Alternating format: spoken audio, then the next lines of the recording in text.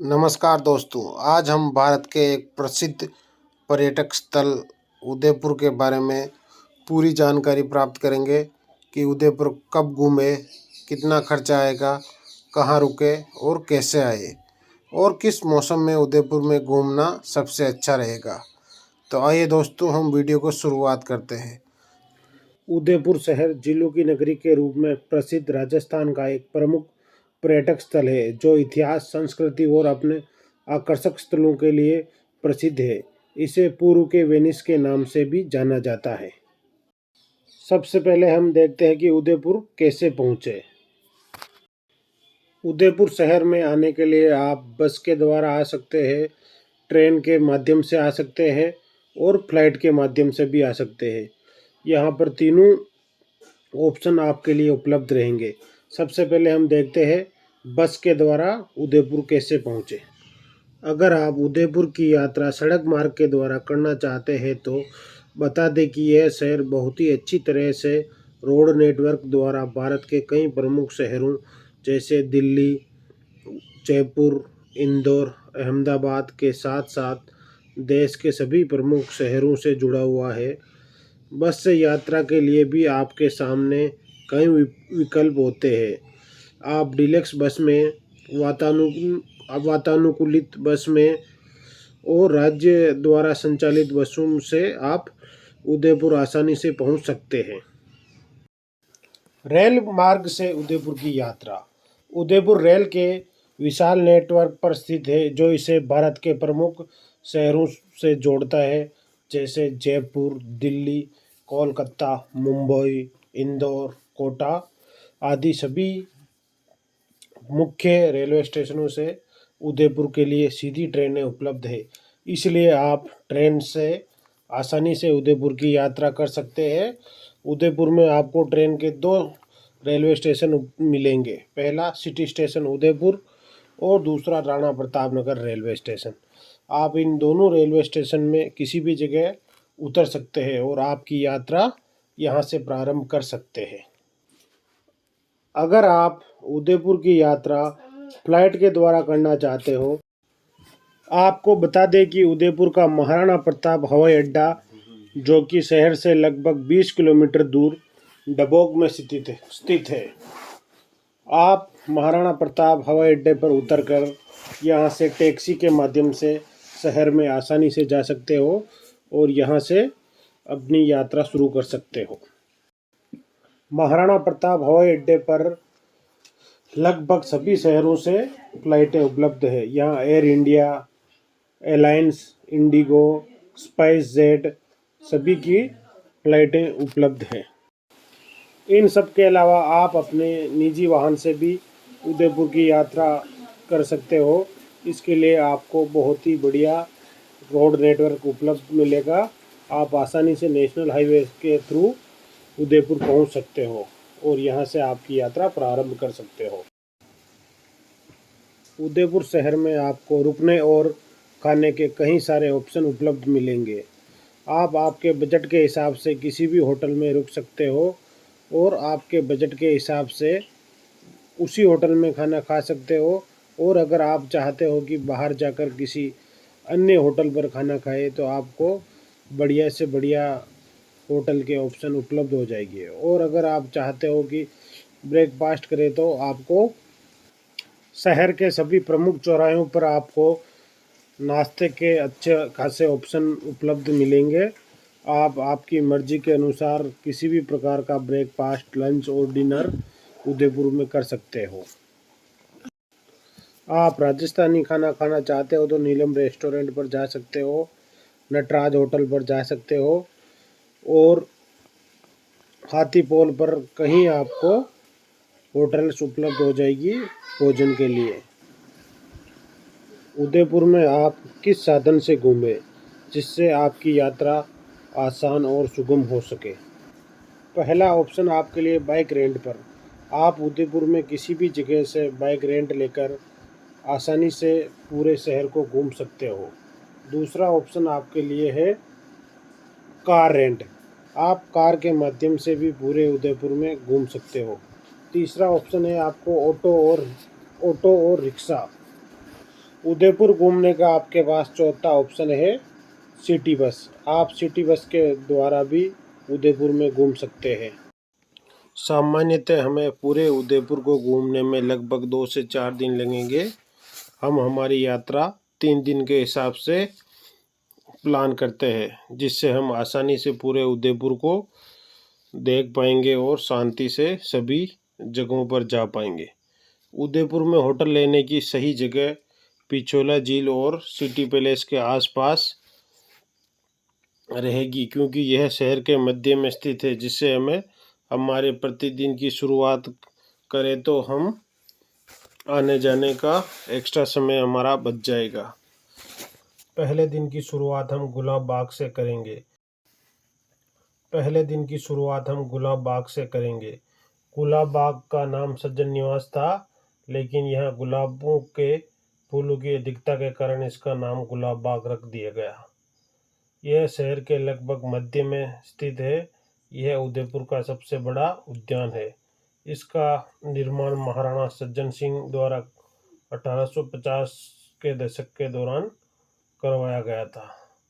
Victoria hall, जो कि प्राचीन कलाकृतियों और अन्य प्राचीन शाही वस्तुओं का संग्रहालय है।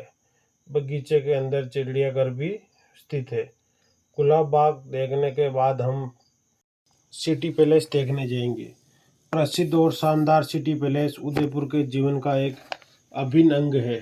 यह राजस्थान का सबसे बड़ा महल है।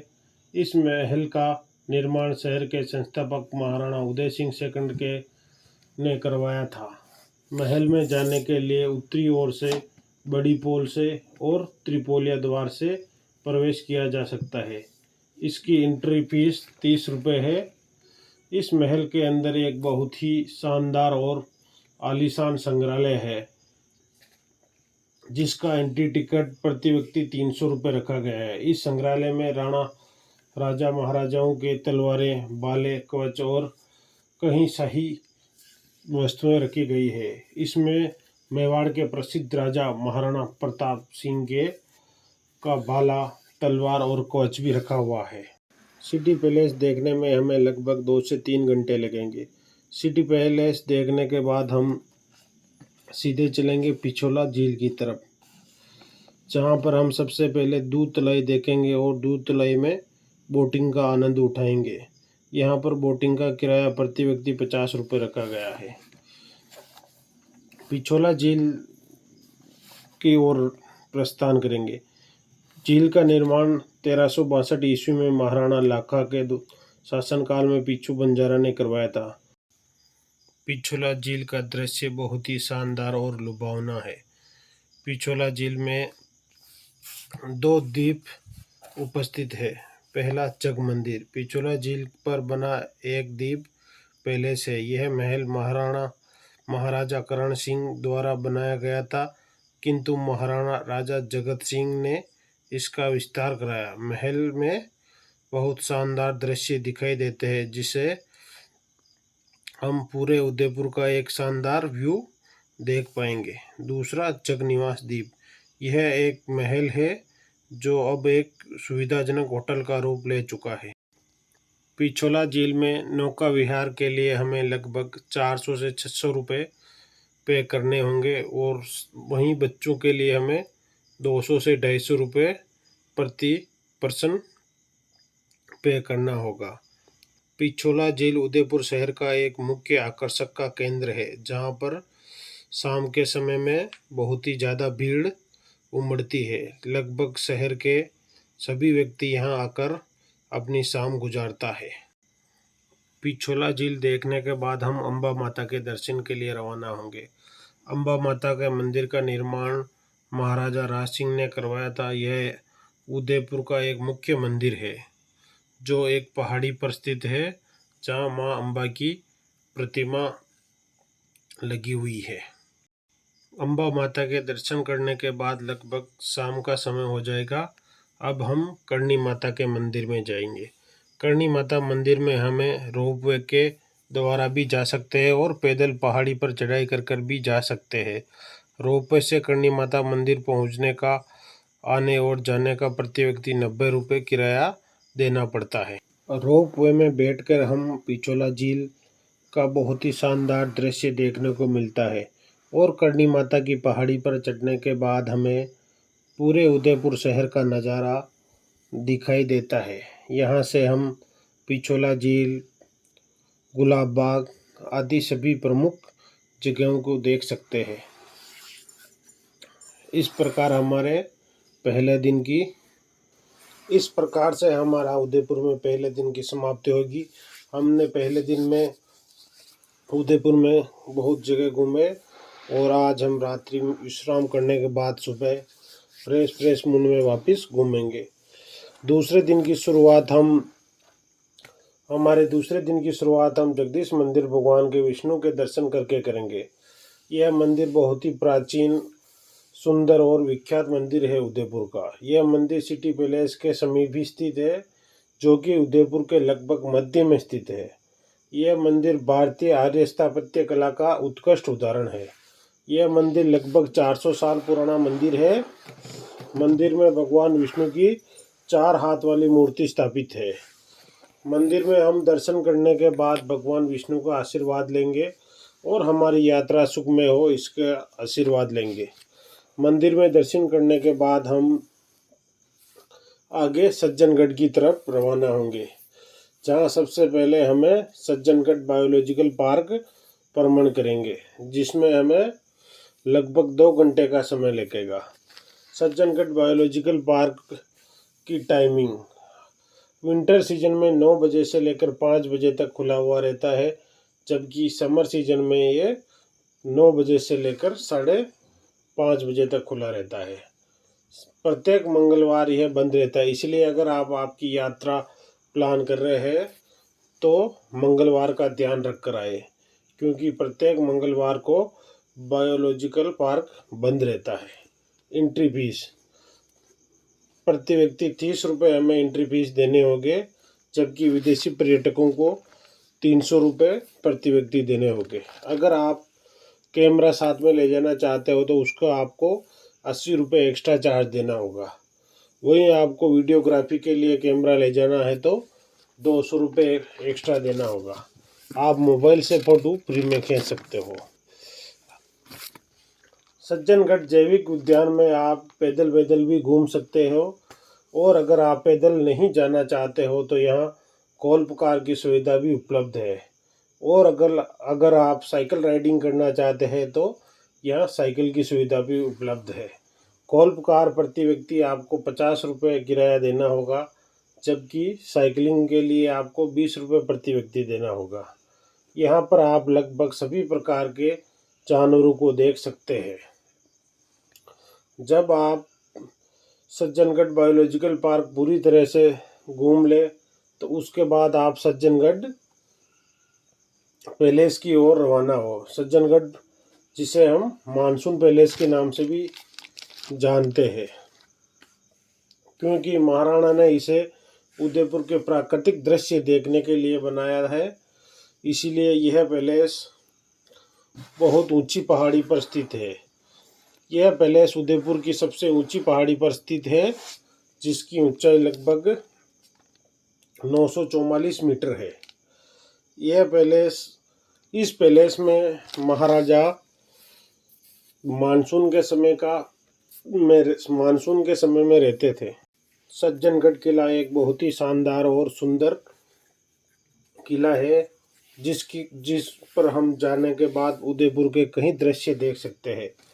इसका निर्माण करवाने का मुख्य उद्देश्य महाराजा के द्वारा उदयपुर के प्राकृतिक दृश्य देखना था और मानसून के समय में बरसात के बादलों को निखारना था, इसीलिए इसका निर्माण कराया गया। यह है उदयपुर की सबसे ऊंचाई पर बना महल है, जिसकी ऊंचाई लगभग 944 मीटर है। इसका निर्माण महाराणा सज्जन सिंह ने करवाया था, जो कि 1884 में बना था। यह किला बहुत ही सुंदर, और इससे हमें पूरे उदयपुर के दृश्य देखने को मिलते हैं। इसे जाने पर हमारा मन मोहित हो जाता है। सज्जनगढ़ किला देखने में हमें लगभग 1 से 1.5 घंटे का समय लगेगा।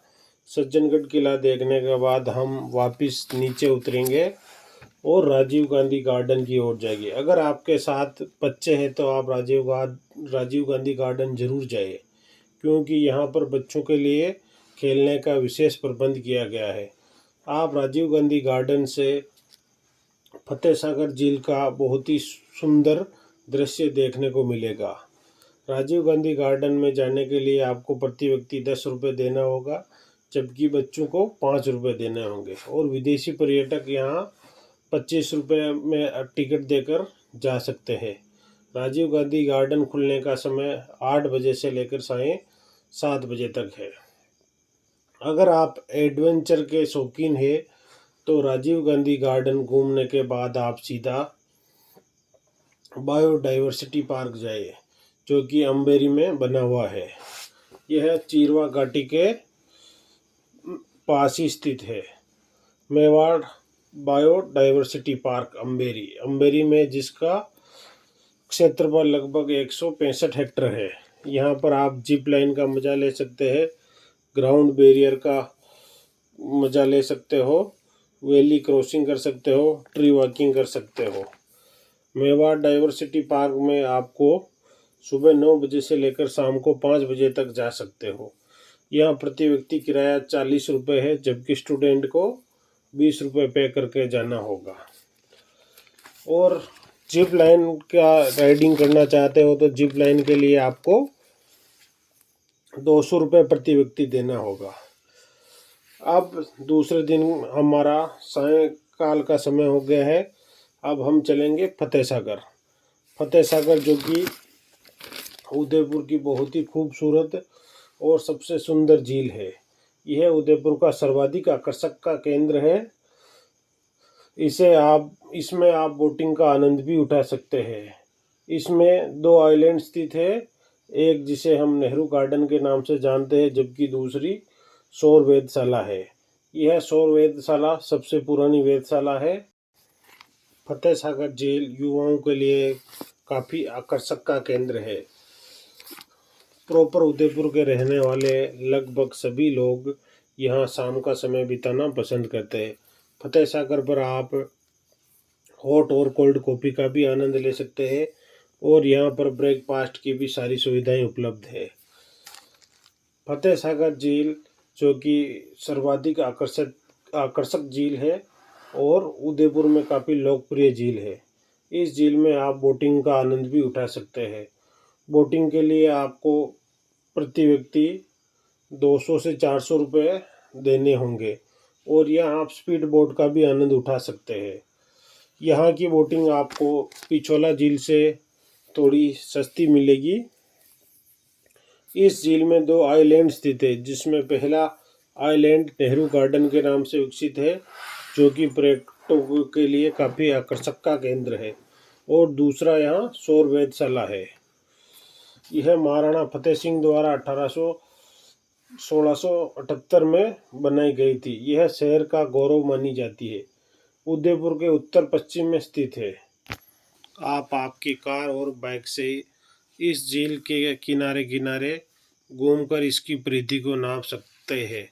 इसके किनारे किनारे ब्रेकफास्ट के काफ़ी ज़्यादा ऑप्शन आपको देखने को मिलेंगे, और यह प्राकृतिक सौंदर्य का एक उत्कृष्ट नमूना देखने को मिलेगा आपको। इस प्रकार से उदयपुर में हमारे दूसरे दिन की समाप्ति होगी। तीसरे दिन की शुरुआत करेंगे हम।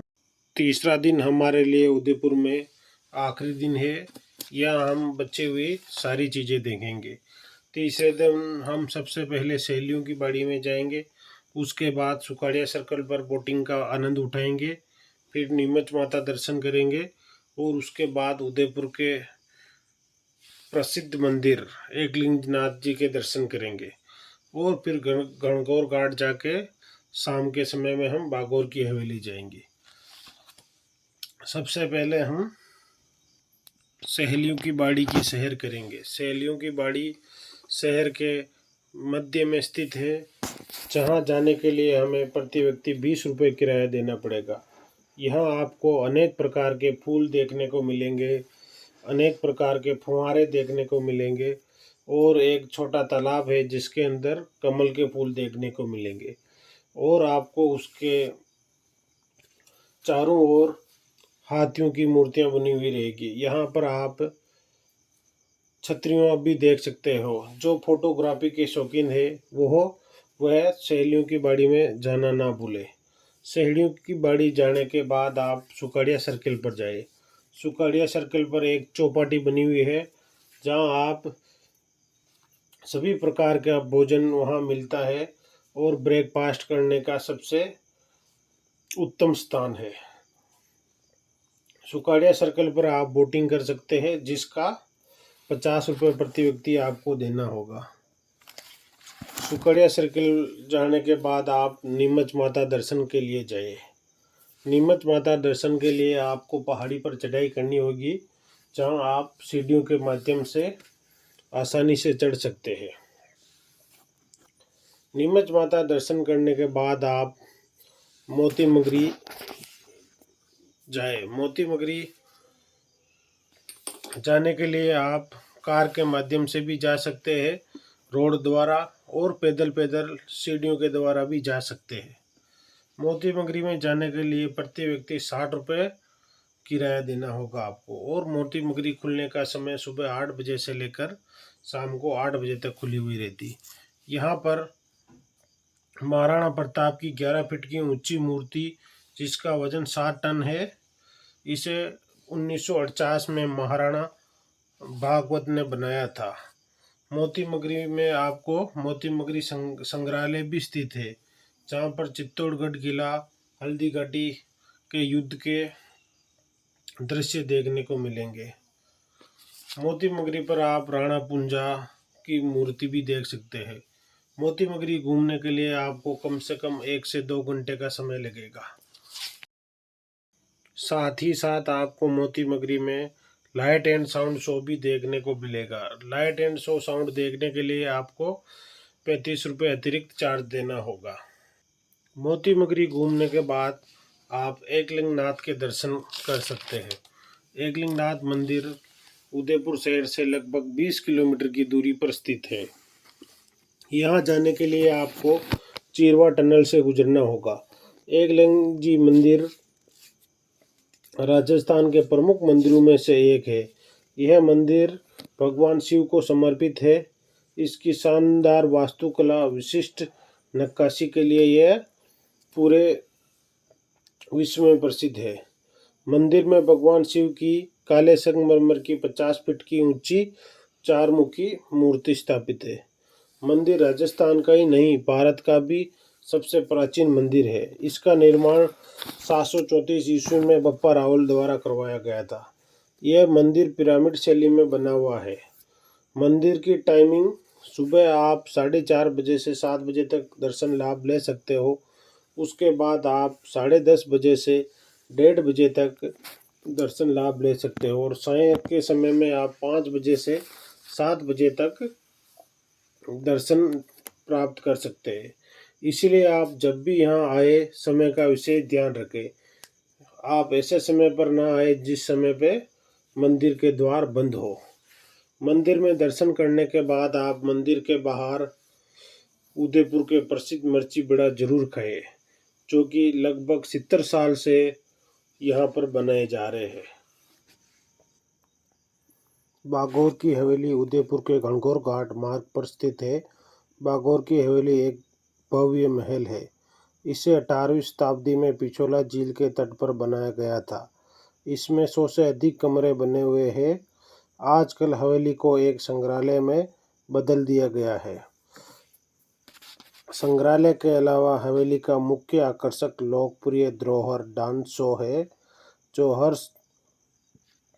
हर शाम यहाँ 7 से 8 बजे के मध्य आयोजित होता है, जो राजस्थान की संस्कृति और लोक परंपरा को दर्शाता है।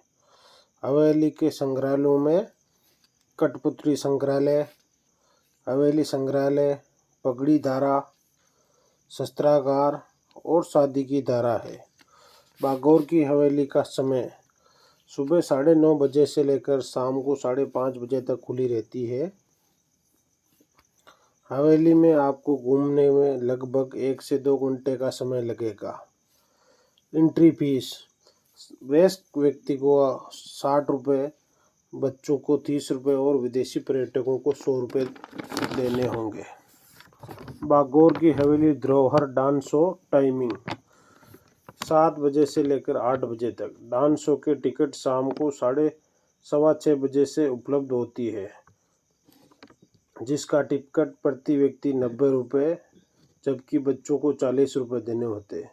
साथ ही विदेशी पर्यटकों के लिए यह फीस 150 रुपये रखी गई है। इसके अलावा कैमरा ले जाना चाहते हो आप तो आपको 150 रुपये अतिरिक्त देना होगा।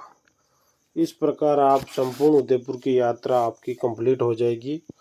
पूरे उदयपुर की यात्रा करने में लगभग आपको प्रति व्यक्ति 6 से 7 हज़ार रुपये का खर्च आएगा, जिसमें आपका होटल किराया, रहना खाना और घूमने जाने का किराया आ जाएगा। साथ ही इसमें सभी जगह के एंट्री टिकट भी इंक्लूड है। इसके अलावा आप उदयपुर में कई प्रकार की शॉपिंग कर सकते हो। हैंड क्राफ्टेड चीज़ें यहाँ की प्रसिद्ध है। आपकी यात्रा सफल होती है इसी के साथ।